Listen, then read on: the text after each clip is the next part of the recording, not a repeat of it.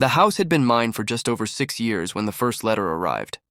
6 years of quiet mornings, trimmed hedges, weekend barbecues, and a backyard that felt like a private escape from the rest of the world. It was the main reason I bought the place in the first place. A deep rectangular yard, fully fenced, with mature trees along the back line and just enough space for a small garden, a shed, and a patio. It was advertised as part of the lot, listed clearly on the property map, and reflected in the purchase price. Nothing about it had ever been disputed. Until that letter. It arrived folded neatly in an HOA-branded envelope, slid between credit card offers and utility bills. At first glance, it looked routine, the kind of communication homeowners barely skim before tossing aside. But as soon as I started reading, the tone felt different. Formal, cold, assertive in a way that immediately raised alarms. The HOA, according to the letter, was conducting a routine audit of common areas. During this audit, they had allegedly discovered that my backyard fence encroached on HOA-owned land, not by inches, not by a foot, but by a significant portion of what I had always believed was my property. The letter went on to state that the area beyond a certain imaginary boundary line was, in fact, common property, and that the fence had been installed without authorization. The conclusion was simple and unsettling. I was being instructed to remove the fence and restore the area to its original condition within 30 days. Failure to comply would result in fines, escalating penalties, and potential legal action. I read the letter twice, then a third time. Each pass made the same point clearer. The HOA was claiming ownership over my backyard. At first, disbelief outweighed concern. The fence had been there long before I moved in. Satellite images, old listing photos, even the previous owner's disclosures all showed the same boundaries. The yard wasn't something I added or altered. It came with the house. Nothing about this claim made sense. But HOAs rarely operate on common sense alone. That evening, I walked the length of the fence, tracing the perimeter as the sun dipped behind the trees. Everything looked exactly as it always had. No markers, no survey flags, no signage. Just a fence enclosing land I had maintained, paid taxes on, and treated as my own for years. Over the next few days, I started paying closer attention. I noticed the HOA maintenance, crew mowing up to the outside of my fence, but never inside it. I noticed the common areas on the neighborhood map posted at the clubhouse, clearly shaded in a different color, stopping well short of my property line, or so I thought. The map was vague, intentionally so, the kind of document that looked official but lacked precision. That vagueness, I would soon learn, was the HOA's favorite weapon. A second letter arrived a week later. This one was firmer. It referenced the first notice and stated that no response had been recorded. It reiterated the demand and added a warning about daily fines once the 30-day window expired. Still no evidence, no survey, no legal documentation, just assertion after assertion, written as if repetition alone could turn them into facts. The shift from confusion to concern happened quickly. HOAs thrive on pressure, and this was clearly an escalation tactic. They weren't asking for a discussion. They were issuing orders. I began digging through my records. The original purchase documents, the title report, the plat map included in the closing paperwork. Everything pointed to the same conclusion. The fenced yard was part of my lot. The dimensions matched. The legal description included it. There was no easement, no carve-out, no shared designation. Yet the HOA was acting as if those documents didn't exist. By the third week, the tone changed again. The next notice mentioned unauthorized exclusive use of common property and hinted at possible back fees for years of improper occupation. The language was deliberately intimidating, designed to make an average homeowner panic and comply before asking too many questions. That was when I realized this wasn't a mistake. This was a power move. Somewhere inside the HOA's boardroom, someone had decided that my backyard was valuable. Whether for future development, resale, or just control, it didn't matter. What mattered was that they believed they could take it by force of policy rather than law, and they expected me to fold. I didn't. Instead of responding emotionally, I went quiet. I stopped engaging entirely. No emails, no calls. No written objections. Silence can be unsettling when an organization expects resistance or submission. It leaves them guessing. Behind the scenes, I prepared. I contacted the county assessor's office and requested archived property maps. I pulled tax records showing consistent assessment of the land in question, under my parcel number. I even found historical aerial imagery airy going back more than 2 decades, all showing the same fenced boundary, everything aligned. Except the HOA's story. Then came the final notice. This one was delivered by certified mail, bright sticker and all, impossible to ignore. It stated that the HOA would be entering my backyard within 10 days to reclaim common property and remove the fence at my expense. It referenced HOA bylaws, sections and subsections, and concluded with a reminder that resisting could result in legal consequences. That was the moment things became very real. The idea of strangers entering my yard, tearing down a fence, and declaring land ownership by committee decision wasn't just offensive. It was unsettling. It crossed from bureaucratic overreach into something much more serious.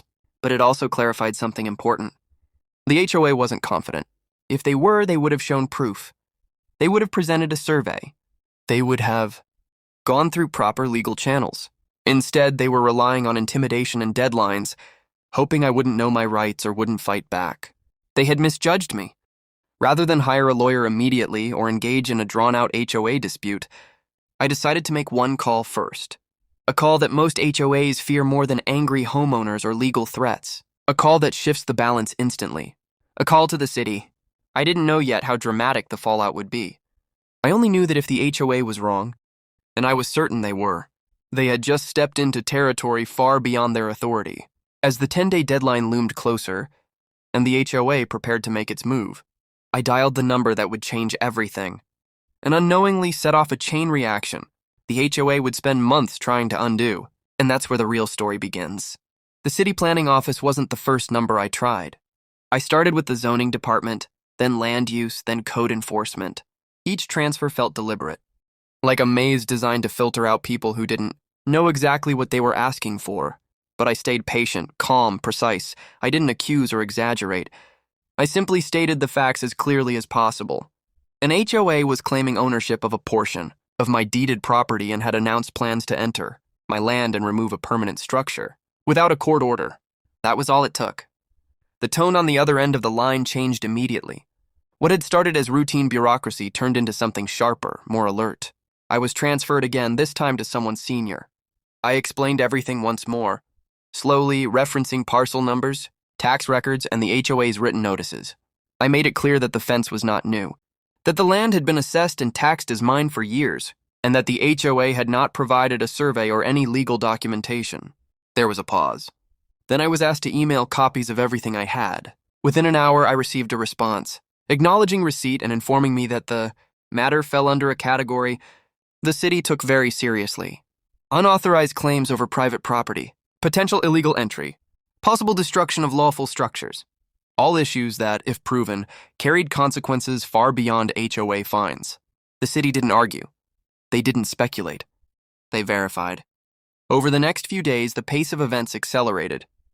The city pulled official records, some of which dated back to the original subdivision approval. Those documents, unlike the HOA's vague maps, were precise.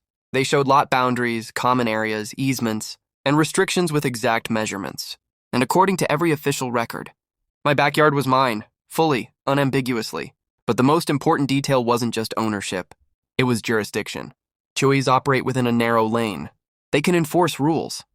They can issue fines. They can regulate aesthetics within limits. But they cannot redefine property lines, seize land, or authorize entry onto private property without consent or a court order. When they try, they cross into territory governed by municipal and state law. And the city does not tolerate that. Unbeknownst to the HOA, the city scheduled a site visit. No announcement. No warning. Just a quiet addition to an inspector's route. On a weekday morning, a city vehicle parked across the street from my house. The inspector walked the perimeter, took photographs, and measured distances using official instruments. They compared what they saw with what was on file. Everything matched. The fence was within my property line. The land inside it was legally mine. The HOA's claim had no basis, in fact. That alone would have ended things for most reasonable organizations. But HOAs rarely back down gracefully. The city sent a formal inquiry to the HOA board, requesting documentation supporting their claim of ownership and their intent to remove a structure on private property. The letter was not aggressive, but it was firm. It asked for surveys, approvals, and the legal authority under which they believed they could act. The HOA responded poorly. Their reply leaned heavily on internal bylaws, outdated neighborhood sketches, and interpretations that conveniently ignored recorded plats and city-approved subdivision plans. They doubled down, insisting that historical intended use of the land superseded individual deeds. That response raised eyebrows at City Hall, because intended use means nothing when contradicted by recorded law. The city replied again, this time clarifying that HOA bylaws do not override municipal records or property deeds. They reminded the HOA that any attempt to enter private property without permission could constitute trespass, and that removing a lawful structure could result in significant penalties. Still, the HOA hesitated. They didn't retract their notices. They didn't apologize. Instead, they went quiet. The certified letters stopped. The emails ceased. The countdown toward the 10-day deadline reached its final hours with no further communication. That silence wasn't relief. It was calculation. On the morning of the 10th day, I noticed unfamiliar cars parked near the clubhouse. Board members, an emergency meeting, no doubt. They were trying to decide whether to proceed, retreat, or escalate. All options carried risk now. Proceeding would mean defying the city. Retreating would mean admitting fault. Escalating would invite scrutiny they couldn't afford. They chose a fourth option. They stalled. A new letter arrived that afternoon, softer in tone, framed as a temporary suspension of enforcement pending further review. No admission of error. No acknowledgement of wrongdoing. Just an attempt to pause the situation and regain control. But the city wasn't pausing. Based on the HOA's responses and actions, the city initiated a formal compliance review. This wasn't about my yard anymore. It was about whether the HOA had a pattern of overreach, misrepresentation, or unauthorized enforcement. They requested records, meeting minutes, enforcement histories, correspondence with other homeowners. The scope widened rapidly, and that's when the cracks began to show. Neighbors started talking, quietly at first, then openly. People compared notes. Stories emerged about selective enforcement, inconsistent rules, and unexplained demands. A shed here, a tree there. Fines that appeared without warning. Threats that dissolved when challenged. My backyard wasn't an isolated incident. It was just the one that triggered outside attention. The city's involvement emboldened homeowners who had previously stayed silent. Complaints were filed. Questions were asked. Requests for records flooded the HOA's inbox. Transparency, something the board had avoided for years, was suddenly unavoidable. I stayed out of the spotlight. I didn't post online. I didn't confront anyone. I let the process unfold. There's a certain satisfaction in watching an organization unravel under the weight of its own behavior without needing to push. The city scheduled a formal hearing. The HOA was required to attend. They were also required to explain why they believed they had authority they clearly did not. As that date approached, the tension in the neighborhood was palpable. Long conversations paused when board members walked by. Emails leaked. Rumors spread about potential fines, sanctions, and even the possibility of the HOA losing certain enforcement privileges altogether, all because they tried to take a backyard that wasn't theirs. By the time the hearing date arrived, the issue had grown far beyond offense. It had become a test of power, accountability, and the limits of HOA authority. And the HOA was about to learn that when you push too far, the system you rely on can turn against you. The hearing took place on a gray weekday morning, the kind that felt heavier than usual, as if the weather itself understood what was at stake. It wasn't held in a courtroom, but it might as well have been a municipal conference room. Long table, city officials on one side, HOA representatives on the other, documentation stacked neatly between them. I wasn't required to attend, but I chose to. Not to speak, not to argue, just to observe. The HOA board arrived together, a tight cluster of familiar faces that usually carried themselves with confidence during neighborhood meetings. That morning, their posture was different. Less rigid, less certain. They carried binders filled with papers that suddenly seemed much thinner than they had hoped. The city officials didn't waste time. They began by outlining the scope of the review. This was no longer a dispute between a homeowner and an HOA. It was an inquiry into whether the HOA had exceeded its legal authority, misrepresented property ownership, and attempted enforcement actions without jurisdiction. The backyard was simply the catalyst. The city presented first. They displayed official subdivision plats approved decades earlier. Clear boundary lines, clearly marked common areas. Exact measurements. My lot, including the fenced backyard, was shown without ambiguity. They referenced tax assessments, showing continuous taxation of the land under my parcel number. They presented aerial imagery from multiple years confirming long-term exclusive use. Then they addressed the HOA's actions. Certified letters, notices threatening entry, statements claiming ownership without evidence. Each document was displayed calmly, methodically, stripped of emotion. When intimidation tactics are read aloud in neutral tones, they lose their power and gain something far worse: scrutiny. The HOA was invited to respond. They tried. They leaned again on internal documents, bylaws, and neighborhood sketches that lacked legal standing. They argued historical intent, aesthetic uniformity, and community standards. They suggested misunderstandings, miscommunications, clerical errors. But intent does not override law. The city officials explained this clearly. HOA bylaws are subordinate to municipal records and state property law. Any claim to land must be supported by recorded deeds or easements. Anything else is opinion, not authority. Then came the questions. Why had the HOA not commissioned a survey before making its claim? Why had no legal counsel been consulted prior to threatening entry onto private property? Why had the HOA continued enforcement after being warned by the city? Each question landed heavier than the last. The board members shifted in their seats. Papers rustled. Answers grew shorter. Less confident. What had once been presented as certainty was now exposed as assumption. The city then broadened the discussion. They referenced additional complaints received since the review began, other homeowners, other alleged overreaches. The pattern was becoming difficult to ignore. Selective enforcement, inconsistent application of rules, aggressive language used as leverage. The backyard dispute was no longer isolated. It was illustrative. At one point, the city official paused and summarized the situation plainly. The HOA had acted beyond its authority, made unsupported claims of ownership, and created the risk of unlawful trespass and property damage. These actions, intentional or not, carried consequences. Those consequences were then outlined. First, the city issued a formal determination affirming my ownership of the backyard and declaring the HOA's claims invalid. This determination would be recorded and made part of the public file. Second, the HOA was ordered to cease all enforcement actions related to the disputed land immediately. Third, the HOA was warned that any future attempts to redefine property boundaries without legal process would result in fines and potential loss of enforcement privileges. But the most significant consequence came last. The city placed the HOA under compliance monitoring. This meant audits, regular reporting, oversight for an organization that thrived on autonomy and opacity.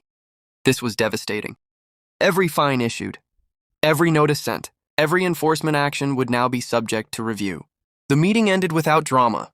No raised voices, no slammed doors, just quiet acknowledgement of reality. The HOA left first. They didn't look at anyone as they walked out. In the days that followed, the ripple effects became visible. The HOA sent out a neighborhood-wide notice stating that a review of property records had resulted in updated enforcement guidelines. No apology, no admission, just bureaucratic language attempting to save face. But the power dynamic had shifted. Board meetings that were once sparsely attended were now full.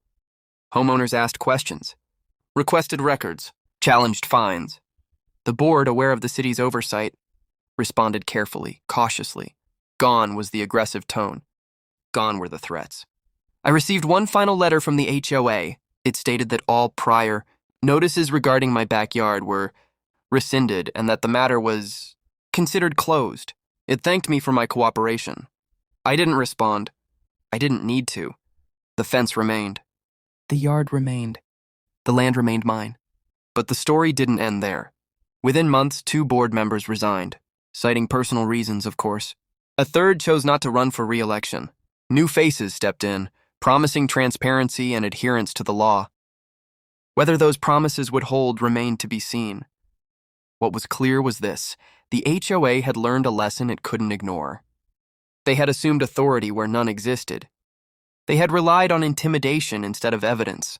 And when challenged, they had discovered that their power had limits. For me, the experience was both exhausting and enlightening. It reinforced something every homeowner in an HOA should understand. HOAs are not governments. They do not own what they claim. They cannot take what the law does not give them. And when they forget that, all it takes is one well-documented homeowner and one phone call to the right authority to remind them. As life returned to normal, the backyard once again became what it had always been: a quiet space, a personal refuge, a piece of land that represented more than property. It represented standing your ground. And in the final chapter of this story, the consequences of that stand would become even clearer, not just for the HOA, but for the entire neighborhood. The weeks following the city's decision were quieter than I expected, but the silence carried weight. It wasn't the calm of resolution. It was the calm of adjustment, the kind that settles in after a system realizes it has been exposed and can no longer operate the way it once did. The HOA didn't collapse overnight. Organizations like that rarely do. Instead, it changed shape. Policies were rewritten. Enforcement slowed. Language softened. What had once been a board, known for aggressive letters and sudden fines, became noticeably cautious, almost hesitant. For the first time since I had lived there, the HOA started asking instead of telling. The compliance monitoring imposed by the city had an immediate effect. Every action now required documentation. Every notice had to be justified. Every fine had to be consistent with both the bylaws and municipal law. The informal authority the board had relied on for years was gone, replaced by oversight and accountability. Homeowners noticed. The change showed up in small but meaningful ways. People who had previously ignored HOA communications began attending meetings. Questions that once would have been dismissed were now answered carefully, often with legal references attached. Requests for records, once delayed or deflected, were fulfilled promptly. Fear had been replaced with scrutiny. The backyard dispute became an unspoken reference point. No one talked about it openly at first, but everyone understood what it represented. Proof that the HOA could be challenged. Proof that their authority wasn't absolute. Proof that compliance wasn't mandatory when demands weren't lawful. Over time, the story spread quietly through the neighborhood. Not exaggerated, not dramatized, just passed along in pieces. Someone would mention that the city had stepped in. Someone else would confirm that the HOA had been monitored. Another would add that the board had been forced to back down. Each retelling chipped away at the old narrative of HOA invincibility. The new board members, elected a few months later, inherited an organization under pressure. They ran on platforms of transparency and restraint, careful not to promise too much. They understood that the days of unchecked enforcement were over. Whether out of principle or self-preservation, they chose a different approach. Rules didn't disappear, but they were applied evenly. Notices were written with neutral language. Enforcement focused on genuine issues, rather than personal grudges or opportunistic claims. Wasn't perfect, but it was noticeably better. As for me, life returned to its usual rhythm. The backyard became a place of quiet, again. Gardening, maintenance, evenings, spent outdoors without the weight of uncertainty. The fence that had sparked everything stood unchanged, a silent reminder of how easily something familiar can be threatened when power goes unchecked. Occasionally, a new neighbor would ask about the yard. Not directly, but indirectly. They'd comment on the size, the layout, the fence line. Curiosity mixed with caution. I never gave long explanations, just enough to make the point clear. It's part of the property. Always has been. The city's determination ensured that it always would be. Months later, I received a notice from the city informing me that the HOA's compliance monitoring period had ended. No violations had been recorded since the hearing. The HOA had, at least officially, corrected its behavior. That might have been the end of it. But consequences don't always arrive in official letters. The HOA's reputation had taken a hit. Potential buyers asked more questions. Sellers disclosed more details. Real estate agents, aware of the history, advised clients to review documents carefully. The board's actions had introduced a level of skepticism that couldn't be undone. Trust once lost doesn't return easily. What stayed with me most wasn't anger or resentment. It was clarity, a clear understanding of how easily authority can drift into overreach when no one pushes back, how systems designed to maintain order can become tools of control when accountability disappears. The HOA hadn't set out to ruin my peace. They hadn't targeted me personally at first. They had simply tested a boundary, assuming compliance would follow. When it didn't, they escalated. And when escalation failed, they were forced to confront limits they had ignored for years. The lesson wasn't just for them. It was for every homeowner who had ever received a threatening letter, and assumed it was final. For anyone who believed that HOA rules were absolute and unchallengeable. For anyone who felt powerless in the face of official-looking paperwork. Power thrives on assumption. It weakens under verification. One phone call. That was all it took. Not to a lawyer, not to a media outlet, just to the authority that actually governed the land in question. The authority with records, jurisdiction, and no interest in protecting HOA egos. The city didn't act out of sympathy. They acted out of responsibility. And that distinction mattered. Looking back, I realized how close I had come to losing something important, simply by trusting that the HOA knew what it was doing. Had I complied out of fear or exhaustion, the fence would have been removed. The land would have been absorbed into common property, and undoing that would have been far more difficult. That's how overreach succeeds. Not through force, but through fatigue. The story of the backyard became a quiet, cautionary tale, not one told loudly, but one understood deeply by those who needed it. It reminded people to read documents, to verify claims, to question authority when it conflicts with law. And for the HOA, it marked the end of an era. They still existed. They still enforced rules, but they did so under the shadow of accountability, aware that the city was watching and that homeowners were no longer afraid to push back. As for me, I gained something more valuable than a backyard. I gained certainty. Certainty that ownership isn't just about land, but about knowledge. Certainty that standing your ground doesn't require confrontation, just preparation. Certainty that systems only work when the people within them remember their limits. The fence still stands. The yard is still quiet. And the HOA, once so confident in its authority, now keeps its distance. Because once power is challenged and exposed, it never quite feels the same again.